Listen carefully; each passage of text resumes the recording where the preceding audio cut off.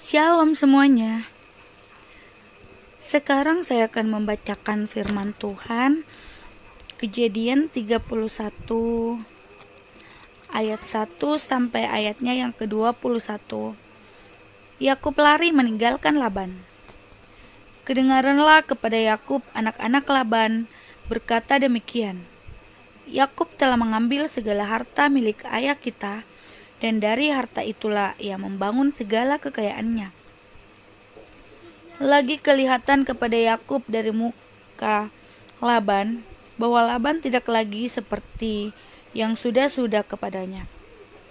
Lalu berfirmanlah Yahweh kepada Yakub, pulanglah ke negeri nenek moyangmu dan kepada kaummu, dan aku akan menyertai engkau. Sesudah itu, Yakub menyuruh memanggil Rahel dan Lea untuk datang ke padang, ke tempat kambing dombanya. Lalu ia berkata kepada mereka, telah kulihat dari muka ayahmu bahwa ia tidak lagi seperti yang sudah-sudah kepadaku. Tetapi Elohim, ayahku menyertai aku.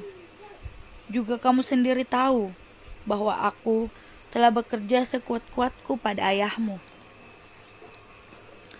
Tetapi ayahmu telah berlaku curang kepadaku dan telah 10 kali mengubah upahku. Tetapi Elohim tidak membiarkan dia berbuat jahat kepadaku. Apabila ia berkata, yang berbintik-bintiklah akan menjadi upahmu, maka segala kambing domba itu beroleh anak yang berbintik-bintik.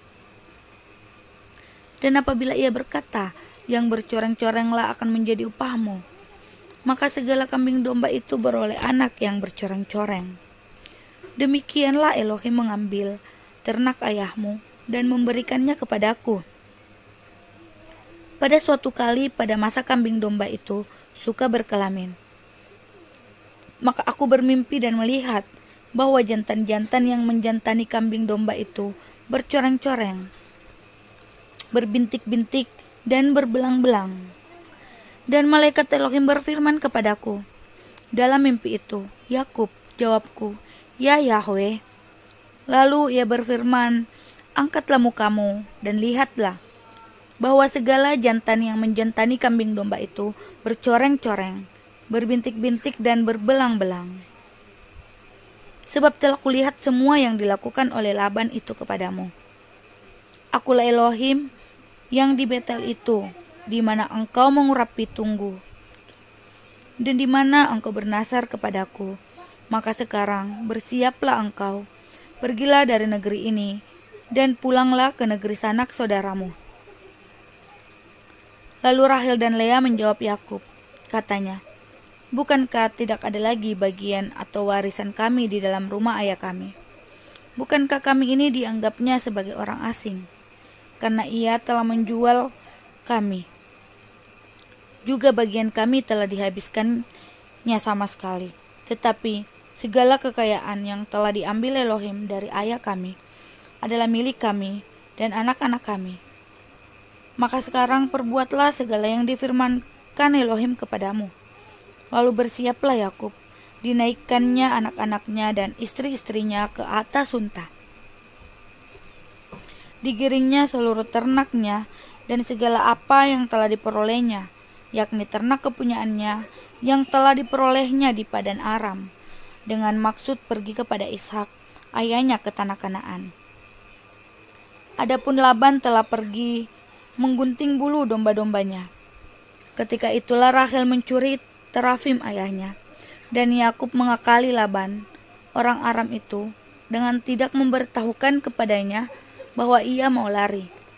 Demikianlah ia lari dengan segala harta miliknya. Ia berangkat menyeberangi sungai Efrat dan berjalan menuju pegunungan Gilead. Selanjutnya saya akan membacakan firman Tuhan, Kejadian 31 ayat 22 sampai ayat yang ke-42. Laban mengejar Yakub. Ketika pada hari ketiga dikabarkan kepada Laban bahwa Yakub telah lari, dibawanyalah sanak saudaranya bersama-sama. Dikejarnya Yakub 7 hari perjalanan jauhnya. Lalu ia dapat menyusulnya di pegunungan Gilead.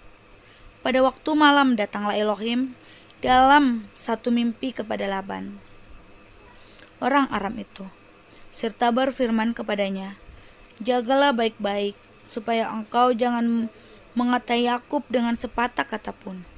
Ketika Laban sampai kepada Yakub, Yakub telah memasang kemahnya di pegunungan. Juga Laban dengan sanak saudaranya telah memasang kemahnya di pegunungan Gilead. Berkatalah Laban kepada Yakub, "Apakah yang kau perbuat ini? Maka engkau mengakali aku dan mengangkut anak-anakku perempuan sebagai orang tawanan. Mengapa engkau lari diam-diam dan mengakali aku? Mengapa engkau tidak memberitahu kepadaku, supaya aku menghantarkan engkau dengan sukacita dan nyanyian dengan rebana dan kecapi? Lagi pula engkau tidak memberikan aku kesempatan untuk mencium cucu-cucuku laki-laki dan anak-anakku perempuan. Memang bodoh perbuatanmu itu. Aku ini berkuasa untuk berbuat jahat kepadamu, tetapi Elohim ayahmu telah berfirman kepadaku tadi malam, jagalah baik-baik, jangan engkau mengetahui Yakub dengan sepatah kata pun. Maka sekarang, kalau memang engkau harus pergi semata-mata karena sangat rindu ke rumah ayahmu, mengapa engkau mencuri dewa-dewaku?" Lalu Yakub menjawab Laban, "Aku takut karena pikirku, jangan-jangan engkau merampas anak-anakmu itu daripadaku. Tetapi pada siapa engkau menemui dewa-dewamu itu? Janganlah ia hidup lagi. Periksalah di depan saudara-saudara kita segala barang yang ada padaku, dan ambillah barangmu." Sebab Yakub tidak tahu bahwa Rahel yang mencuri terafim itu. Lalu masuklah Laban ke dalam kemah Yakub dan ke dalam kemah Lea dan ke dalam kemah kedua budak perempuan itu, tetapi terafim itu tidak ditemuinya. Setelah keluar dari kemah Lea, ia masuk ke dalam kemah Rahel. Tetapi Rahel telah mengambil terafim itu dan memasukkannya ke dalam pelana untanya dan duduk di atasnya. Laban menggeledah seluruh kemah itu, tetapi terafim itu tidak ditemuinya. Lalu kata Rahel kepada ayahnya, "Janganlah bapa marah, karena aku tidak dapat bangun berdiri di depanmu, sebab aku sedang haid." Dan Laban mencari dengan teliti, tetapi ia tidak menemui terafim itu. Lalu hati Yakub panas dan ia bertengkar dengan Laban. Ia berkata kepada Laban, "Apakah kesalahanku? Apakah dosaku? Maka engkau memburu aku sehebat itu. Engkau telah menggeledah segala barangku. Sekarang, apakah yang kau temui dari segala barang-barang rumahmu? Letakkanlah di sini di depan saudara-saudaraku dan saudara-saudaramu, supaya mereka mengadili antara kita berdua. Selama 20 tahun ini, aku bersama-sama dengan engkau. Domba dan kambing betinamu tidak pernah keguguran dan jantan dari kambing dombamu tidak pernah kumakan. Yang diterkam oleh binatang buas itu tidak pernah kubawa kepadamu. Aku sendiri yang menggantinya, yang dicuri orang, baik waktu siang, baik waktu malam, selalu engkau tuntut daripadaku. Aku dimakan panas hari waktu siang, dan kedinginan waktu malam, dan mataku jauh daripada tertidur. Selama 20 tahun ini, aku di rumahmu. Aku telah bekerja padamu 14 tahun lamanya untuk mendapat kedua anakmu dan 6 tahun untuk mendapat ternakmu. Dan engkau telah 10 kali mengubah upahku. Seandainya Elohim ayahku, Elohim Abraham, dan yang disegani oleh Ishak tidak menyertai aku, tentulah engkau sekarang membiarkan aku pergi dengan tangan hampa. Tetapi kesengsaraanku dan jeripayahku telah diperhatikan Elohim, dan ia telah menjatuhkan putusan tadi malam." Selanjutnya Kejadian 31 ayat 43 sampai ayatnya yang ke-55. Perjanjian antara Yakub dan Laban. Lalu Laban menjawab Yakub, "Perempuan-perempuan ini anakku, dan anak-anak lelaki ini cucuku, dan ternak ini ternakku. Bahkan segala yang kau lihat di sini adalah milikku.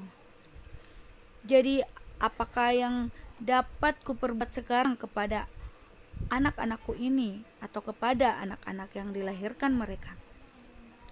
Maka sekarang marilah kita mengikat perjanjian, aku dan engkau, supaya itu menjadi kesaksian antara aku dan engkau." Kemudian Yakub mengambil sebuah batu dan didirikannya menjadi tugu. Selanjutnya berkatalah Yakub kepada sanak saudaranya, "Kumpulkanlah batu." Maka mereka mengambil batu dan membuat timbunan, lalu makanlah mereka di sana di dekat timbunan itu. Laban menamai timbunan batu itu Yeger Sahaduta, tetapi Yakub menamainya Galet. Lalu kata Laban, "Timbunan batu inilah pada hari ini menjadi kesaksian antara aku dan engkau." Itulah sebabnya timbunan itu dinamainya Galet dan juga Mispa, sebab katanya, "Yahwe kiranya berjaga-jaga antara aku dan engkau apabila kita berjauhan. Jika engkau mengaibkan anak-anakku dan jika engkau mengambil istri lain di samping anak-anakku itu, ingatlah walaupun tidak ada orang dekat kita, Elohim juga yang menjadi saksi antara aku dan engkau."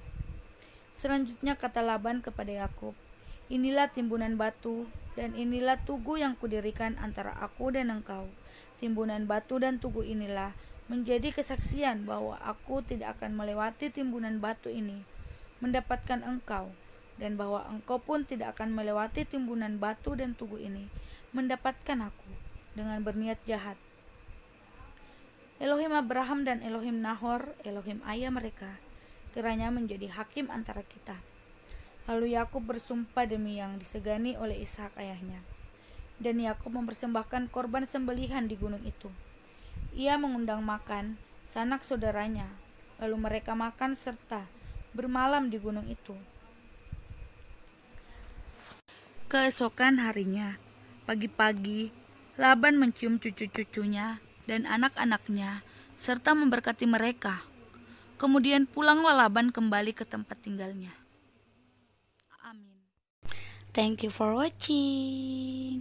Jangan lupa di like, comment, subscribe, dan tekan tombol notifikasi sebelah kanan. Dan share ke teman-teman dan saudara-saudara kita semua. Semoga kiranya apa yang saya bacakan tentang firman Tuhan ini bisa menjadi berkat buat kita semua. Shalom, Tuhan Yesus memberkati. Amin.